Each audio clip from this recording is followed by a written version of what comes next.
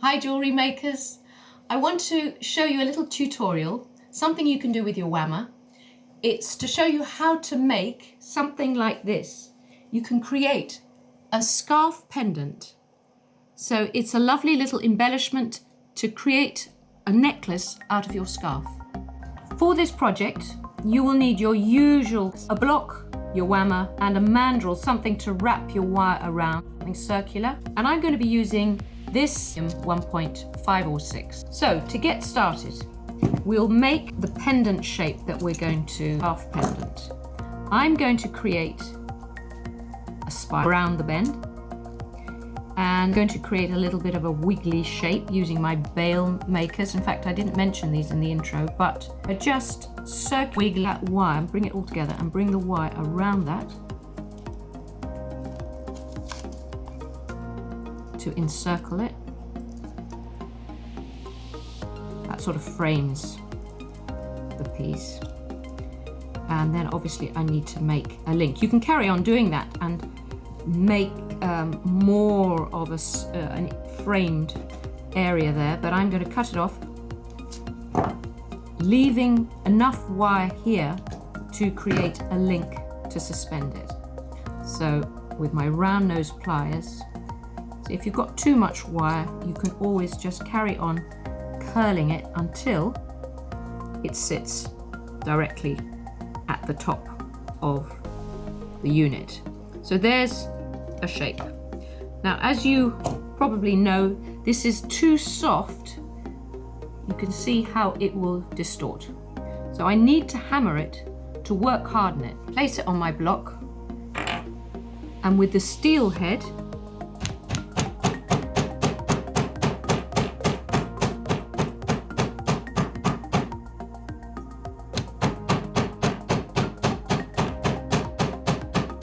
you can see the direction of the way I'm hammering is pushing wire out in that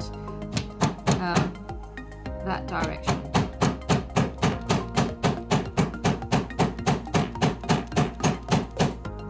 So I can choose which way I want to pull the wire out. And now I'm just going to concentrate on the top.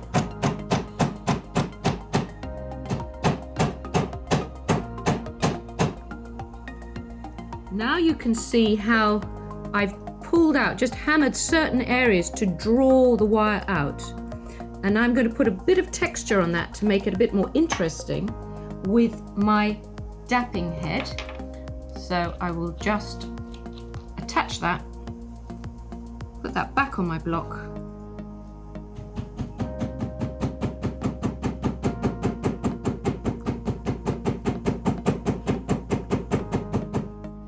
I'm concentrating this texture on the flattened areas.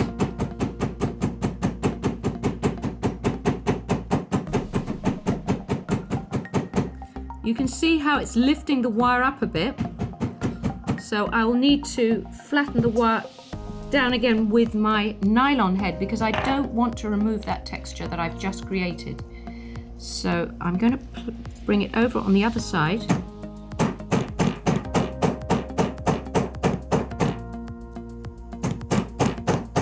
It's a sort of stroking motion.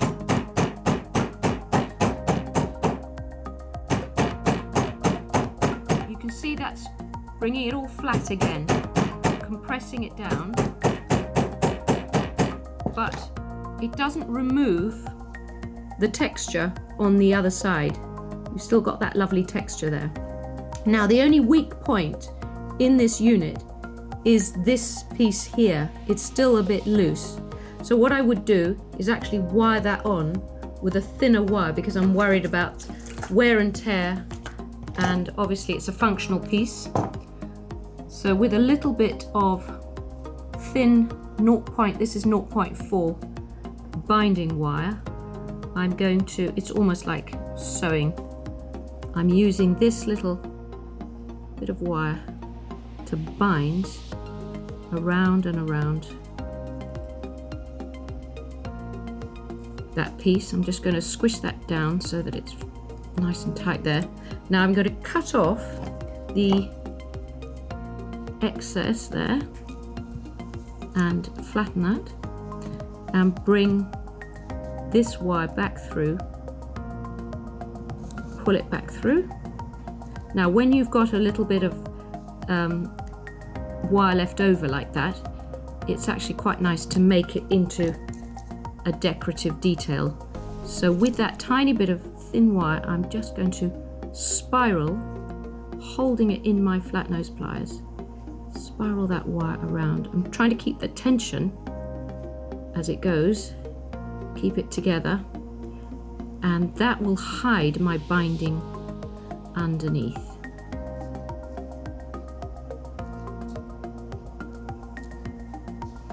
You see now you have, it's completely held together, but it gives a little detail. Right, I'm now going to make the scarf slide piece, and I'm going to use the mandrel for that. So, working from a spool, I'm going to wrap wire around to create a coil. Now, the width of this coil, or the diameter of this coil, is really, it's all about how thick the scarf is. So if you have a very thick shawl, you would use a thicker, wider mandrel rather, or a larger mandrel. My scarf isn't very thick, so this diameter is perfectly adequate.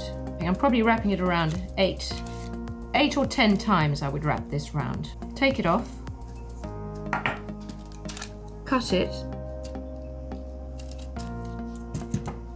and then create 2 links on these cut ends. So you're using your round nose pliers to create a link on that side, and again repeat for the opposite side of the coil. Now spiral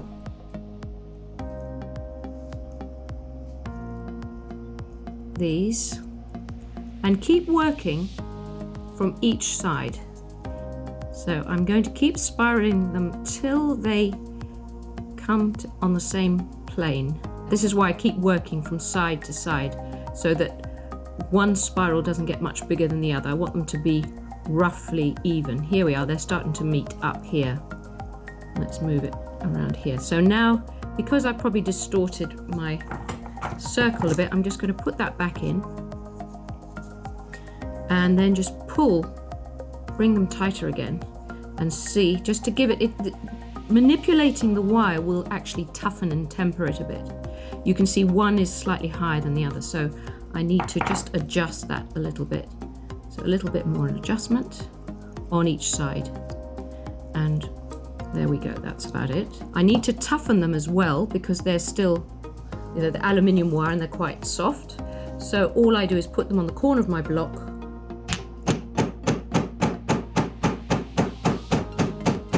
hammer outwards, stroking it out,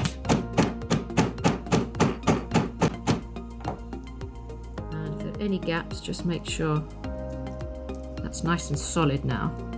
The other thing I like to do is just separate these coils a little bit. It just spreads them out, it makes it look a little bit more effective. So that's the top, and now I need to link this on somehow, so I'm going to make a little hanger.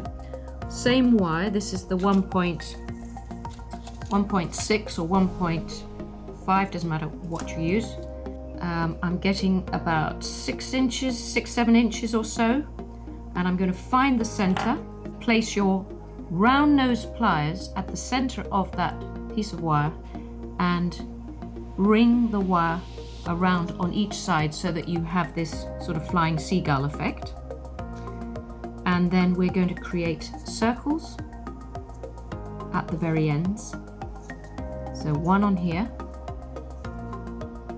and one on the opposite side. So now you've got that shape, and then I'm going to spiral these in so that they're closer, because I want them to come in to about here so that they can hang off here. So we'll just pick up each side and roll the wire around itself. Same for the other side.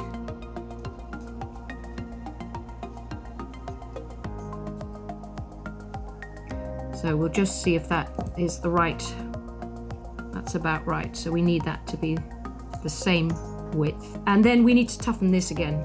So every time you hammer, you're toughening it. You only need to hammer the ends like this.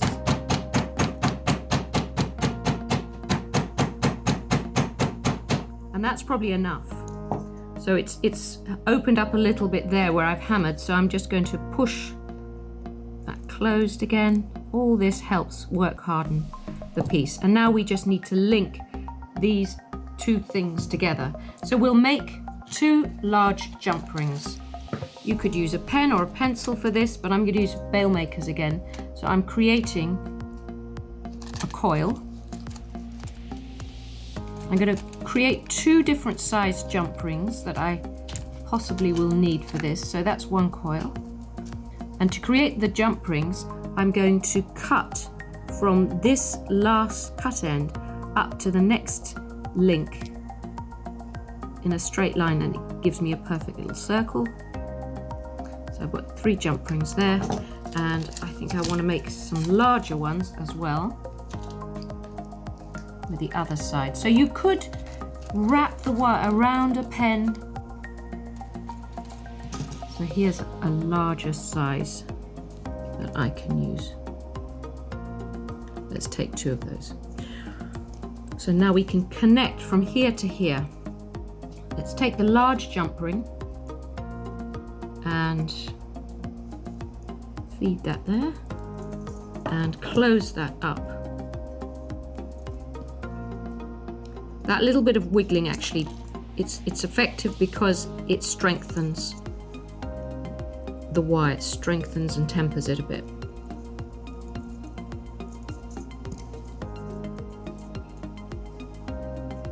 And let's make sure that's nice and closed and neat. So now we have that connection, and all we have to do is connect it onto here with another jump ring. But you could equally turn that around, I suppose, and but I think I'm going to add 1 more jump ring in here.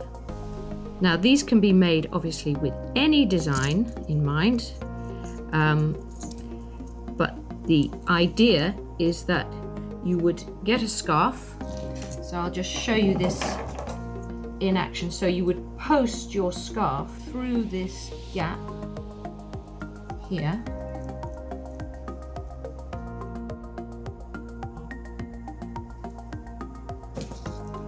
And then it would be drawn, and that sits at the center, and that would go around your neck. But you could really make any design hang off this structure and turn your scarf into a beautiful pendant necklace.